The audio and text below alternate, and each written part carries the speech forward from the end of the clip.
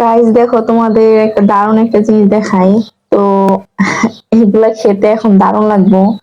এই যে দেখো, তো আমার হাজবেন্ড যে কারখানায় কাজ করে, তো ওইটার ভিতরে অনেকগুলো আম গাছ আছে। আজকে যেহেতু হালকা পাতলা বৃষ্টি হয়েছে, তো দেখো কতগুলো আম পড়ছে, আরো ছিল ছোট ছোট।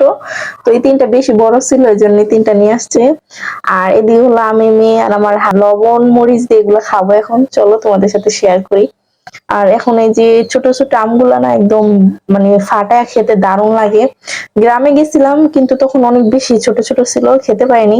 তো এগুলো মোটামুটি অনেকটাই বড়, চলো খাই। দেখো আমি হলো মশলাটা রেডি করে নিছি। মশলা এখানে অল্প একটু চিনি, বিট লবণ, মরিচ ফাঁকি আর লবণ দিছি। আর এই যে সাথে আম আছে, চলো এখন এই যে এখানে একটা রুমাল নিয়ে নিছি। তো প্রথমে রুমালটার ভিতর আম দিয়ে দিব একটা। এই যে আম দিয়া একটা একটা দাও, একটা আম দিয়া তারপরে যে এভাবে নিতে হবে। কাইটটা খাইলে খাওয়া যায়, কিন্তু এভাবে ফাটায় খেতে আমার কাছে বেশি টেস্টি লাগে।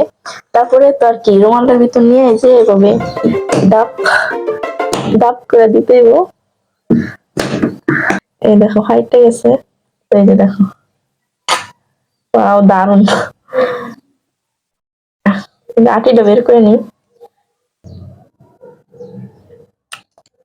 তো যে ফাটাই নিছি, এখন এই যে দেখো, এই যে আমটাতে মশলা বেশি করে মশলা লাগাই দেবে যেভাবে, যেতে যেতে যত মশলা লাগানো যায়।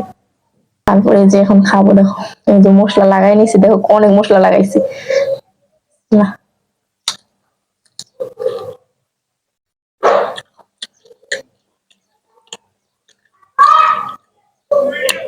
বাবার বাবা জি টক।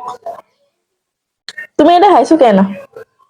আমার মেয়ে আম না খেয়ে আটু মুখে দিয়ে দিছে। না এটা খাইনি, এটা ভাঙছে। ও আচ্ছা, কি হলো এটা?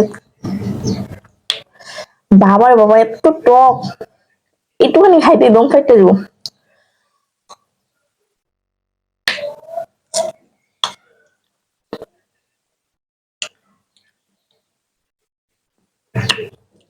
খাও, মশলা খাও, নাম খাও।